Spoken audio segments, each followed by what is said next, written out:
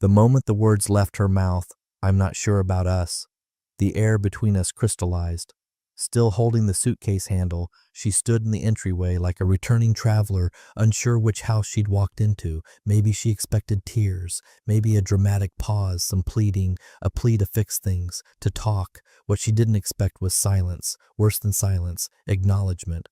My words landed without tremor, without anger, and definitely without apology. "I signed the divorce earlier today. Say hi to John."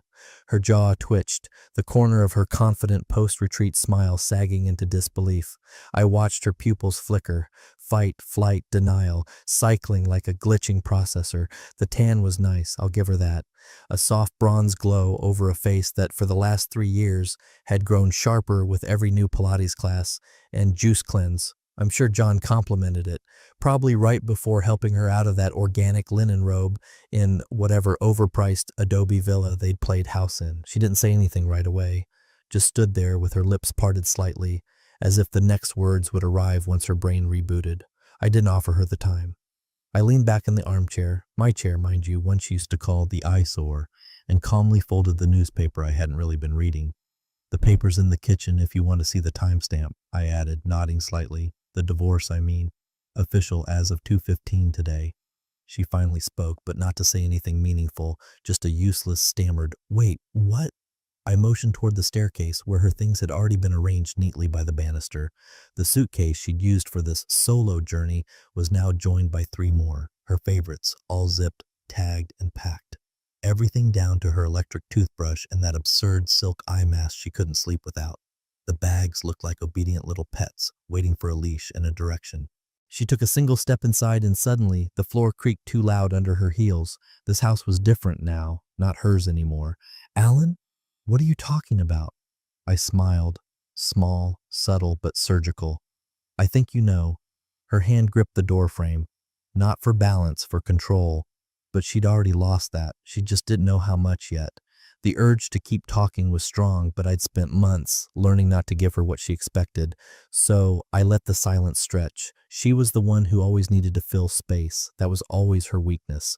You see, she had left not just to find herself. She left to see if I'd chase her, to see if the man who paid the bills, refilled the dog food, remembered to send birthday cards to her side of the family, would crumble without her. That was the test, the great philosophical test of modern marriage. What does a man become when his absence is expected to beg? Instead, I read, I cooked for one. I took long walks in the evening and fed the squirrels again like I used to before she told me it was weird.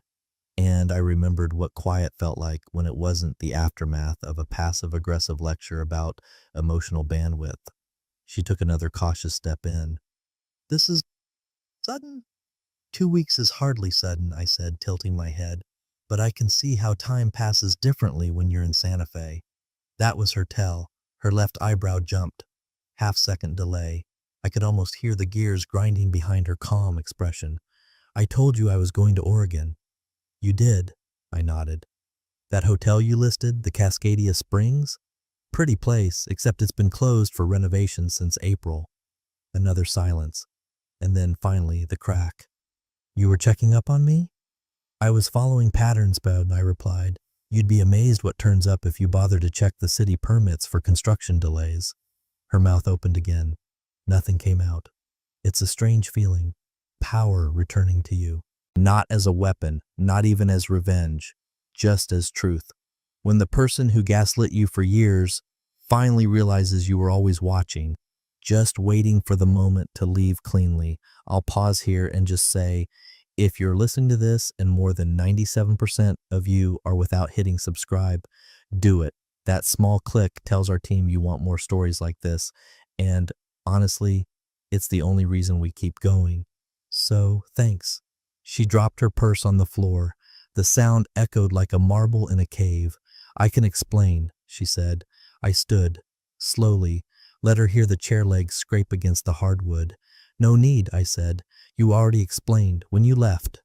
I walked past her, calm, collected, a man already halfway out of the life she thought she still owned. The closet always said more than she did. Her half was chaos. Scarves hanging from light fixtures, belts tied around hangers, shoes arranged like a crossword puzzle. No real system, just curated disorder she called her process. Mine, symmetry, ironed shirts, 5 suits spaced evenly, loafers aligned like soldiers, but last night I erased my half completely. 6 shirts, 2 suits, 2 pairs of shoes, all zipped into a single suitcase by the door. Her side remained untouched, like a shrine to distraction. I left the matching luggage tags on top, hers and mine. A silent separation. On my desk sat a manila folder she'd never notice, even if she walked right by it. Inside, 5 months of printouts. Bank statements with transactions marked in red. A few charges were laughably bold.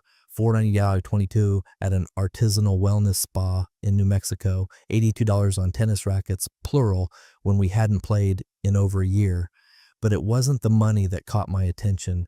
It was the Spotify history. She shared her account with me once, forgot she never changed the settings. Her wellness playlist was a dead giveaway.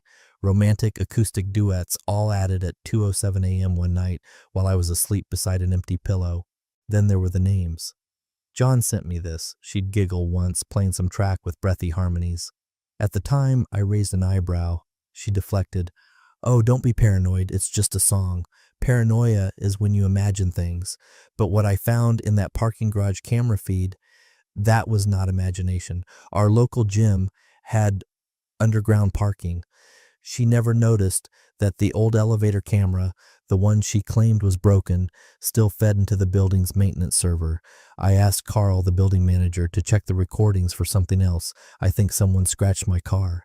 He gave me the drive. I watched it quietly.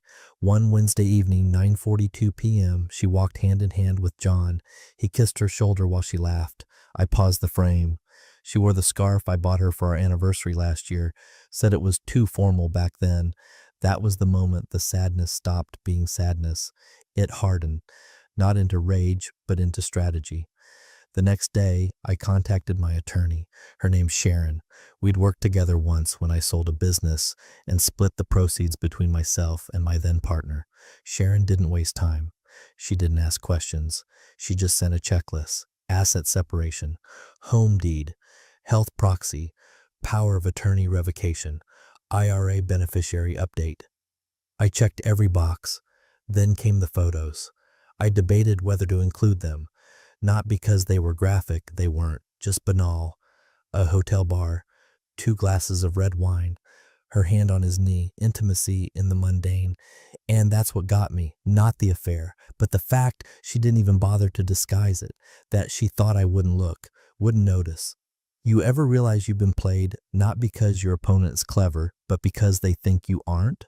That's when the plan took form. First, I moved money, not out of spite, just for clarity. I'd been funneling my consulting fees into a separate account for 3 years. It wasn't hidden, just less visible. She always called my side business your hobby anyway. Funny how hobbies sometimes become lifeboats.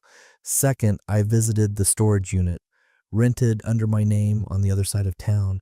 I packed every item I owned with meaning, photos of my parents, my father's watch, the box of letters from my first business venture, anything she never asked about, never showed interest in. I'd already moved them. That week before she came back, I added the last box, a birthday card she wrote me in 2017. The last time she said anything genuine. The final step was smaller, but more important. I canceled the anniversary dinner reservation. It was a standing booking. Every year, same date, same place. I'd kept it even after things got strange between us. Not out of hope, out of habit. This year, I let it go. Called the restaurant and said, "We won't be needing the table." The hostess sounded disappointed. I wasn't. Later that evening, I made tea and stared at the empty living room. The dog had passed. Last year, she hadn't cried, claimed he was just old, but I remember how she didn't even take off her heels before stepping over his bed. I opened the laptop, typed one sentence into a notepad file, and left it open on my desktop. "You were never invisible, Valerie. I was just polite." I closed the lid. Sometimes the most dangerous thing a man can do is be polite for too long. Natalie wasn't the type to show up unannounced. She liked texts, confirmations, calendar invites, anything that kept her from the awkwardness of surprise. So when she rang the bell that Sunday afternoon with a Tupperware of chicken salad and a nervous smile, I knew something was off. I thought you might not be eating well, she said, handing over the container like it was a peace offering. You know, with Valerie gone and everything. I took the container, thanked her, and stepped aside so she could come in. She didn't. Just stood there, shifting her weight from foot to foot like a teenager about to confess to breaking the vase. How have you been? She asked, eyes scanning the hallway behind me. She always did that, like she was hoping to catch Valerie floating down the staircase in a robe and face mask. But the staircase was silent. The robe, as far as I knew, was in Santa Fe with John. Fine, I said, opening the lid and giving the chicken salad a cursory sniff. You didn't poison this, did you? She gave a too loud laugh, the kind you fake when you've already rehearsed your exit. I just figured I'd check in, see if you're doing okay with everything. I paused mid-scoop. Everything? Her face flushed. Oh, I just meant with all the quiet around here. You know how she always fills the space. I nodded slowly, pretending to accept the cover. Sure, quiet's not always a bad thing. She gave a quick nod, hugged herself, and then mumbled something about having to run errands. I closed the door behind her and walked straight to the kitchen table where my laptop sat open. The shared calendar was still synced. She hadn't bothered to remove me. Wellness Retreat, Oregon, Cascadia Springs Resort. I clicked the event, booked 2 months ago. Confirmation email attached. I opened a new tab and typed in the resort's name. Second result down. Cascadia Springs closes temporarily for major renovations. Spa and accommodations closed through next quarter. The article was dated 6 weeks ago. They'd posted photos of boarded up windows, empty hot tubs, a bulldozer parked where the Zen garden used to be. I stared at the screen for a full minute before I moved, not because I was shocked, but because I was done pretending I wasn't. I grabbed a pen from the drawer and scribbled a note on a legal pad beside the laptop. Natalie knows something, not sure how much. Then, I opened our joint email account. Valerie hadn't logged out. She never did. I typed John into the search bar. Predictable? Nothing obvious?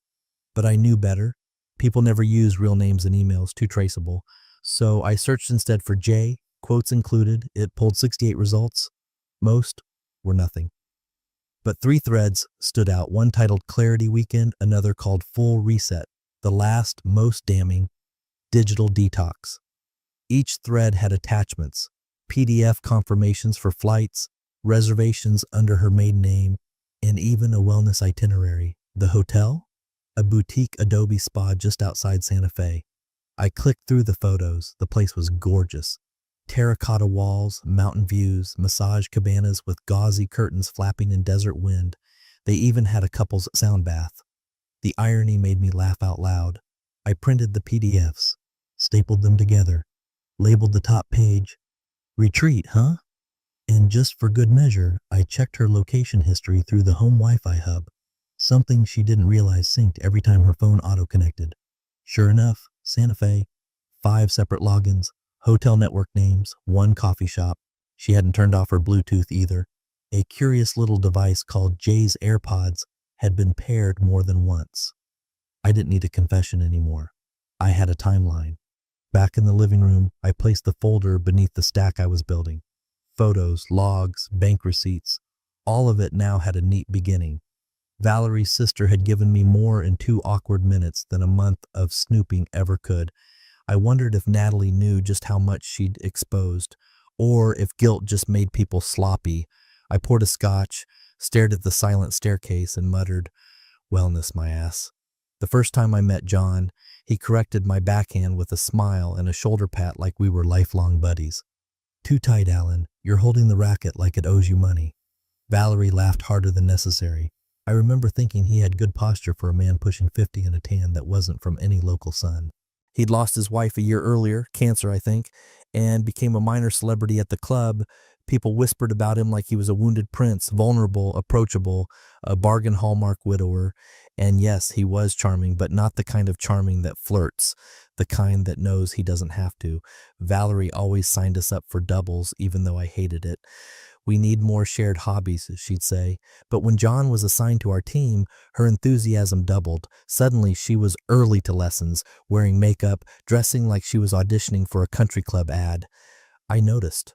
I always noticed, but like most husbands who've been married long enough to know the difference between suspicion and survival, I filed it away in the watch but don't accuse folder. That folder was full, but it was the look on her face the day Natalie slipped that made me open it again. Hiring Dean wasn't hard. He didn't advertise. His number came from an old contact, someone who worked insurance fraud cases. You want clean and fast, they said. Dean's your guy. He didn't ask why I wanted surveillance, just said, give me names, flight info if you got it, and a budget.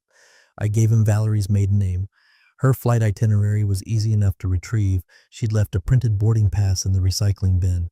Sloppy. Dean called 48 hours later. You might want to sit for this, he said, though his voice was so dry it sounded more like routine than warning. I didn't sit. I stood at the kitchen counter while the footage played on his shared drive. Airport CCTV, Valerie in black leggings and a denim jacket, laughing as she leaned into John. He had one arm around her carry-on. Their tickets scanned together. Next file, them at dinner. Outdoor patio, string lights. Her hand on his wrist. 2 glasses of wine. A flicker of a kiss she leaned in for. She looked 17, giddy and giggling like a kid at prom. He looked like the patient, smug instructor he always was, teaching another lesson, another grip, another form of control. Third file, hotel lobby, 11:13 p.m. The receptionist smiles as Valerie signs for the room. John gives a thumbs up to the camera like this is some goddamn sitcom. 1 room key. Dean's voice came through my speakers like an afterthought. Same room, 3 nights. Spa treatments charged to the room. She signed everything under her maiden name. Thought you'd want to know. I thanked him, wired the full payment, added a tip, closed the laptop. Then I stared at my reflection in the oven door. It's a dumb habit, but the oven's reflective, and I always catch myself looking when I'm thinking too much. There I was, me and the ghosts of all the things I ignored, the laughs, the playlist, the John just texted me this funny meme moments, the way she started dressing nicer just to run errands, the way she stopped asking me to come along. It wasn't just that she lied, it was that she picked him, someone we both knew, someone I had to shake hands with, laugh with, pay tip money to after lessons, a man who watched our marriage up close and waited for his serve. That's what broke something in me, not rage, not heartbreak, something colder, like when a pipe bursts in winter and water freezes inside without anyone noticing until it's too late. You don't hear it, you just see the damage later and wonder when exactly it cracked. I printed the photos and clipped them together, labeled the folder, The Instructor. It joined the growing stack in my drawer, neat, chronological, undeniable. She hadn't just cheated, she'd handed herself over to someone who already knew all the lines, someone we both once trusted. And trust, I've found, isn't lost in explosions. It's smothered slowly, until one day, it's not even part of the vocabulary. So no, I didn't cry, I didn't scream, I didn't burn the photos, or punch a wall, or send a warning text. I just made another note in the folder. She picked someone predictable, so my answer will be the opposite. And then I picked up the phone and made the next reservation. This time, under my name. This time, solo. The woman who once accused me of being too passive would never understand how long a quiet man can prepare for war. She was used to noise, dramatic apologies, begging, the kind of performative heartache you see in bad television. I preferred calendars, checklists, and when I finally decided to burn the bridge, I laid the matches out neatly in alphabetical order. The attorney, Sharon, didn't flinch when I said I wanted everything airtight. She printed out a draft of the divorce papers, paused, and asked the obligatory question. Do you want to delay service until she's back? No, I said. She'll be back on Sunday, serve her Monday, hand delivered. Sharon tilted her head. You already know where she'll be? I smiled. Bungalow 6, Casa de Luz, Santa Fe. She didn't ask how I knew.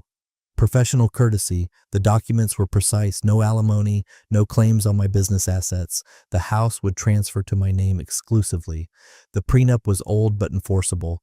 She never had a lawyer review it, and I never pushed her to. Her mistake, my patience. Even the health proxy was updated. I'd be damned if the woman in a desert hotel room with a man from our tennis club had the legal right to pull a plug on me. Once the paperwork was done, I turned to logistics. The house had to change. I'm not burned down, not emptied in fury, just gently undone, like unthreading a sweater until the pattern disappears. I started with the master closet. Her side looked like a boutique exploded. I didn't touch the clothes. I called a professional organizer. Don't discard anything. Just fold, label, and box by category. I handed over a list of sentimental items she'd likely try to guilt me over later. Her father's cufflinks, the scrapbook from her failed Etsy store, that ridiculous pink glass piggy bank she used to collect spa receipts in. I knew the exact shelf it lived on. Packed it with care. All of it went into a 10x10 climate-controlled storage unit across town. Paid for 3 months in advance. The key, printed contract, and inventory list were sealed in an envelope marked yours. It would sit on the hallway table waiting for her return. Next, I booked a cleaning crew, not to scrub dirt, but to erase presence. Sheets changed, bathroom drawers wiped of her makeup smudges, mirrors defogged, the living room rug professionally shampooed, even the fridge was purged of her almond milk and frozen AK packets. I replaced her usual brand of coffee with mine, switched the positions of the mugs. Small things.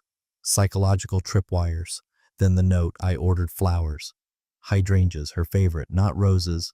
Roses scream romance. Hydrangeas are polite. Neutral. Pretty but hollow. The card was short. 4 words. Welcome home. Hope your clarity is real. The florist asked if I wanted to add a heart or smiley face. I said leave it blank. As an afterthought, I slid a copy of the delivery receipt into my folder. Not for leverage. Just to document the timeline. Everything had a place now. Everything fit.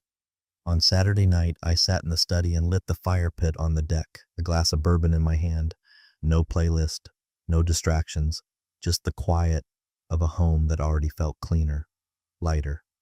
I thought about the moment she'd walk in, tanned, rested, drunk on personal growth.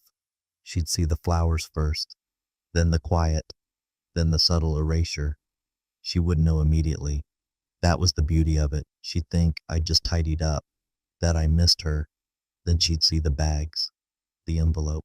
And eventually, once she dared check the closet, she'd realize the stage had been set. She wasn't walking into reconciliation. She was walking into a performance she didn't audition for. And in that moment, with no yelling, no confrontation, just sterile documentation and coordinated gestures, I would be gone already. Not physically. That part would come later. But spiritually, emotionally, and strategically, she was no longer married to the man who used to chase her across arguments, apologize for things he didn't do, or decode her cold shoulders like riddles. No, that man had died sometime between the second dinner in Santa Fe and the room key swipe. This version of me had a checklist, and she had just become the final item. She walked through the door with the entitled grace of someone returning from a sabbatical, not a betrayal. I watched it happen from the security cam feed on my phone, just a simple notification. Front door opened, time-stamped 3:17 p.m. I didn't rush home. I let her marinate. The hydrangeas were there on the console table just inside the entrance. Blue and cream, perfectly arranged, with the note she wouldn't understand right away. I imagined the moment, the small, pleased smile, the breath of relief. She'd see the gesture and assume I'd missed her, that the house, now perfectly clean, somehow represented a nervous husband prepping for reconciliation. The fool who hadn't changed, hadn't noticed, hadn't moved. She was right about one thing, the house had changed, but not for her comfort. I let her settle in, gave her hours, watched her on the hallway cam drift from room to room, a pause in the bedroom, a longer pause in the bathroom, no doubt noting her skin cream now lived in a basket labeled with her name. A trip upstairs, where the spare room now had my clothes, my books, my laptop. She didn't even open the closet. She didn't need to. The house was whispering the message already.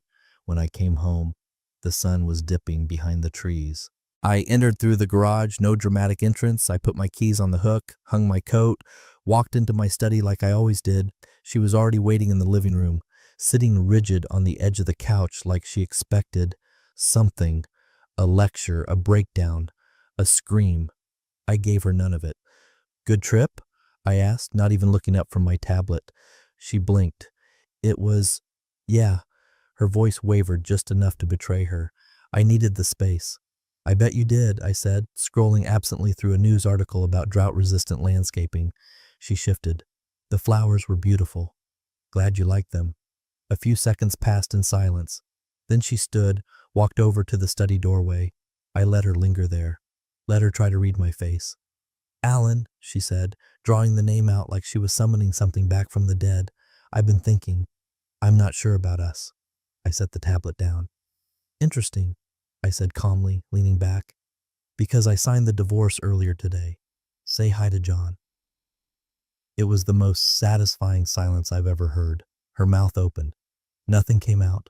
Her face, still tanned from the New Mexico sun, went ghost pale. Not from guilt, no, guilt had no home in her. This was panic. The first time the story in her head didn't match the scene she walked into, she blinked fast, like she could unhear it. Divorce? I nodded slowly. Serve tomorrow morning. Everything's already filed. House stays with me. Your belongings are in storage. Keys in the hallway drawer. Her voice shrank. You knew? I've known for a while, I said, keeping my voice neutral. And John's not exactly subtle, especially in linen shorts. She looked like she might vomit. This wasn't what you think it is. Oh? I tilted my head. Because what I think it is involves you checking into a spa in Santa Fe under your maiden name with a man we used to split tennis lessons with while charging room service to a card linked to our joint account. Is that close?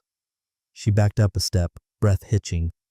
Alan, I was never going to compete with your soul searching. I just gave it the space to happen. Now we're both free. She finally collapsed into the nearest chair, stunned, not because I'd left, because I didn't cry while doing it. I stood, walked to the kitchen, poured myself a glass of water, let the silence fill the house again. She hadn't come home. She'd returned to a different war zone than the one she left. Only this time, she wasn't the one setting the terms, and I wasn't the one being tested. Wait, what are you saying? Valerie's voice cracked as she stood now, arms half raised like she could physically push the moment away. The living room felt smaller with each passing second, like the walls were moving in. Her confidence just hours earlier had evaporated. No posture, no control, just raw scramble. I didn't respond. I walked calmly to the hallway table, opened the middle drawer, and pulled out a black folder. Heavy-duty plastic, labeled in white block letters. Truth. I handed it to her without a word. She took it, reluctant, a breath held in her throat. The first page was a printout of her hotel reservation, her full name, arrival and departure, the suite upgrade, a line item for couples massage. She blinked, confused at first, then flipped to the next page. Dinner receipts, room service, 2 meals, 2 glasses of wine, her initials at the bottom of every signed bill. Page 3, photos, blurry but clear enough. Her and John walking along Canyon Road, his hand on her lower back. A kiss on the cheek while she leaned into him, laughing like a teenager. One shot of her in a swimsuit by the spa pool, holding a drink with a lime wedge. He was 2 chairs away, shirtless, reading something on his phone. Her foot touched his leg under the table. Flip, flip. An email thread, her writing to a friend. This weekend has been eye-opening. I didn't expect to feel this scene. Might have to make some hard decisions soon. Flip. A map of her phone's connection pings from our Wi-Fi router history, cross-checked with GPS coordinates from the hotel. 5 matched timestamps. Flip. The last page, a transcription of a voicemail from John. I'd recorded it straight from her inbox with a voice memo. He'd slipped up, thinking I was already out of the picture. Hey babe, made it to the airport? I keep replaying last night, your laugh, the way you looked at me, that thing you said about never feeling this kind of calm with Alan. I know you're scared, but we'll figure it out. Don't let guilt walk you back into that cage. You deserve more than playing house with a man who doesn't challenge you. Her hand froze on that page. The silence was its own form of combustion. I didn't speak, I watched, like you'd watch a dishonest stock drop below zero. She finally looked up, eyes glassy. Alan, this wasn't what it looks like, isn't it? It wasn't serious. I needed space. I was trying to figure things out. I didn't plan. You did plan? I said finally. You booked flights. You made spa appointments. You bought a new swimsuit. You even made a playlist titled Reset Weekend. You planned it down to the scented candles. I didn't mean to hurt you. You meant to get clarity without consequences. She hugged the folder to her chest like it could somehow protect her, or reverse time. I wasn't sure which. I just thought we were in a rut, she whispered. That maybe if I stepped away for a bit, I'd come back and feel something again. You came back, I said, to a divorce. Her face collapsed. This is insane, she muttered. You're blowing this way out of proportion. I pointed at the folder. That's proportion. Dates, times, actions. You wanted space? You got it. Legally. But I'm not angry, Valerie, I said, leaning back into my chair. That's what's scaring you. She stood frozen in place, torn between denial and a last-minute grasp for leverage. But what she hadn't realized was that the moment she stepped into that hotel room with John, she made herself small enough to fit inside a folder. And I had already closed it. The first call came not 10 minutes after I left the room. She waited just long enough for the front door to close, for my car to roll out of the driveway. She probably assumed I'd stormed off. She hadn't noticed the second car parked 2 blocks away. Mine? I didn't leave. I just waited. I wanted to give her space to make the calls, to hear the sound of her own narrative collapse.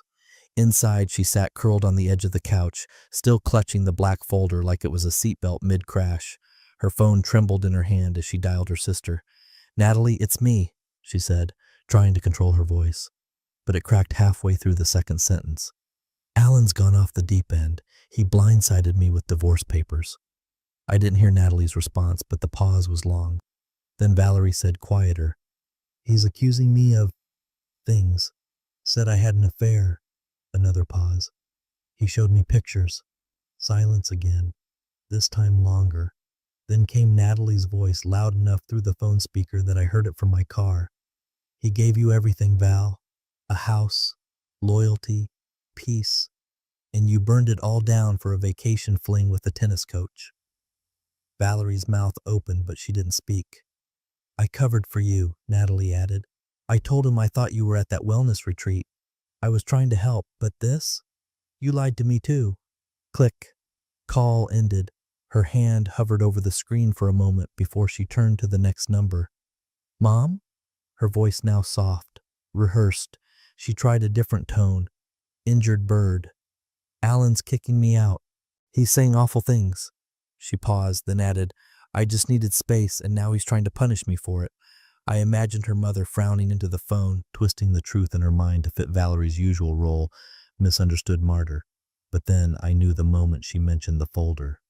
He has evidence, photos, dates, even a recording from John. Her posture shifted. She sat straighter, listening. Then her face fell. Even her mother was silent. Valerie muttered something like, Fine, thanks for the help, and hung up. Strike 2. She scrolled through her contacts, hovered over one name, tapped. Rachel, I really need someone to talk to. Can you come over? Her best friend. Maid of honor at our wedding. The one who always told Valerie she deserved to feel electrified. She listened to Rachel's voice for all of 20 seconds before recoiling. You think I planned this? She hissed into the phone. I didn't plan anything. She didn't even say goodbye that time. Just hung up. Flung the phone onto the couch. Like it burned. She sat there, the room closing in. Her own voice now the loudest sound. That's when she broke the rule she swore she never would. She called John. It rang, and rang, straight to voicemail. She stared at the screen, redialed, voicemail again. She hesitated, then typed a text. Call me, please. Alan found everything. 3 dots appeared, then vanished, then nothing. She called once more, desperation now in her breath. John, pick up, please. Voicemail. She didn't cry, not right away. She sat in silence, blinking fast, biting the inside of her cheek. She looked around the room like it was suddenly unfamiliar, like the chair she always sank into didn't fit, like the bookshelves weren't aligned the way she remembered, like the space she once dominated had become a stage, and the script was gone. That's the problem with writing your own narrative. You assume the audience will believe you just because you're holding the pen. But she forgot something. She wasn't the only one writing. The house smelled like rosemary and garlic. I didn't do it for her, not really. I did it because it was the kind of thing I used to do before the detachment, before the suspicion, before I started eating dinner alone while she caught up on emails from the bedroom with the door barely cracked. It felt like the right punctuation mark. One last meal, one last ritual in a house that had turned into a stage set for a life neither of us believed in anymore. She sat at the far end of the table, eyes puffy, arms crossed over her chest like she was trying to hold herself together physically. Her hair was tied up hastily like she hadn't planned on being seen. She hadn't touched her phone in 20 minutes. That alone told me how much this had shaken her. No audience, no replies, no backup. "I can't eat," she muttered. "You should," I said, placing a warm plate in front of her. Roasted chicken, mashed potatoes, the sautéed carrots she used to say reminded her of Sunday dinners with her father. I poured 2 glasses of wine and sat across from her. She stared down at the plate. "You cooked." "Last time," I said. She opened her mouth to respond, but I slid the folder across the table before she could. Brown envelope, labeled in plain black ink, "Contents." She hesitated, then opened it. A key fob, a printout of the storage unit address, a typed inventory of every item, down to her favorite mug, the backup charger she kept by her side of the bed, the first scarf I ever bought her, folded carefully in acid-free paper. "Everything you care about," I said. "Nothing was thrown out, nothing damaged. It's climate-controlled, paid through November." She stared at the list like it was a will. Her voice came small. "You planned all this?" "I watched you plan your exit," I said. "I just made mine cleaner." She looked up. "Alan," I held up a hand. Not angry, not dramatic, just finished. "This isn't vengeance, Valerie. You wanted space, I gave you legal distance. You wanted clarity, I gave you proof. You wanted freedom. Now you have a key, a lease, and no obligations." She blinked hard. One tear managed to sneak past. "I didn't want to lose you. Then you shouldn't have bet I'd chase you," I said quietly. "You gambled that I needed you more than I needed my dignity." She reached across the table, fingers brushing the edge of my hand. I didn't move away, but I didn't move toward her either. "I don't know who I am without this," she whispered. "That's your work now," I said, "and I won't be your mirror anymore." We sat there in silence for a while, the kind that hums, that swells and echoes. She picked at her food, eyes fixed on her plate like maybe the chicken had answers I didn't give her. I drank my wine and watched the candle burn low between us.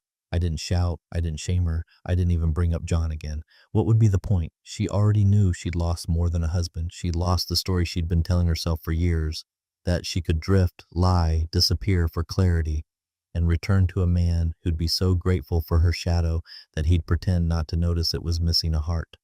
Instead, she came back to this. Dinner, a file folder, closure so dignified it felt like a scar being sealed shut by a surgeon instead of a blade. That was always the final twist. I wasn't cruel. I was clean. She woke up alone. The house didn't feel empty. It felt evacuated, like the soul had been extracted, packed neatly, and hauled off in the middle of the night.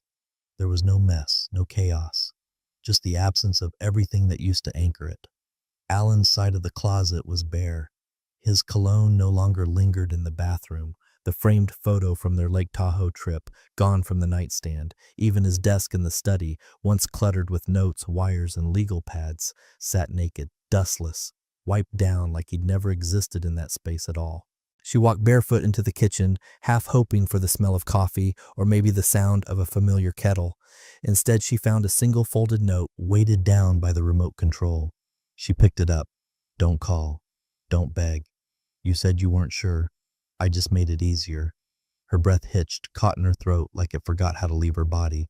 Her knees buckled slightly, but she didn't sit down. She just stood there, eyes locked on the paper, unable to move, speak, or pretend. The silence wasn't peaceful anymore. It was suffocating. The refrigerator kicked on. Somewhere down the hall, the old floorboards creaked from cooling, but otherwise, nothing.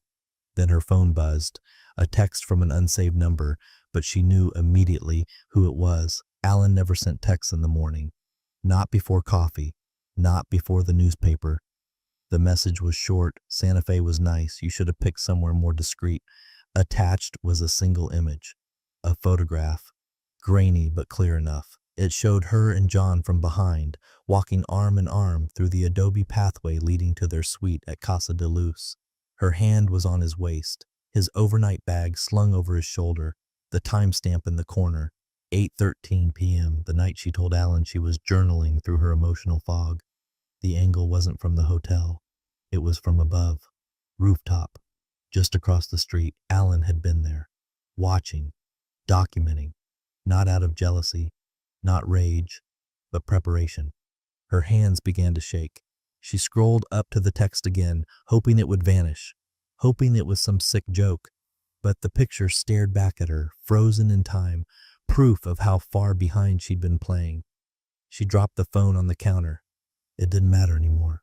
The people she'd called last night wouldn't call back. John hadn't responded. Her mother had gone quiet. Natalie had blocked her. The story she thought she controlled had been told without her, narrated in silence, delivered in folders and photographs, closed before she ever realized it had begun. She looked around the kitchen, the island where they used to share lazy Saturday breakfasts, the wine rack he built for her birthday, the brass pan still hanging above the stove like a useless relic. Everything was still here, but none of it was hers anymore. Even the keys felt borrowed. And that was the final cruelty. He hadn't just left. He'd rewritten the ending and walked off stage before she could deliver her final line. No confrontation, no big scene, just a note, a photo, in silence that echoed louder than any goodbye ever could.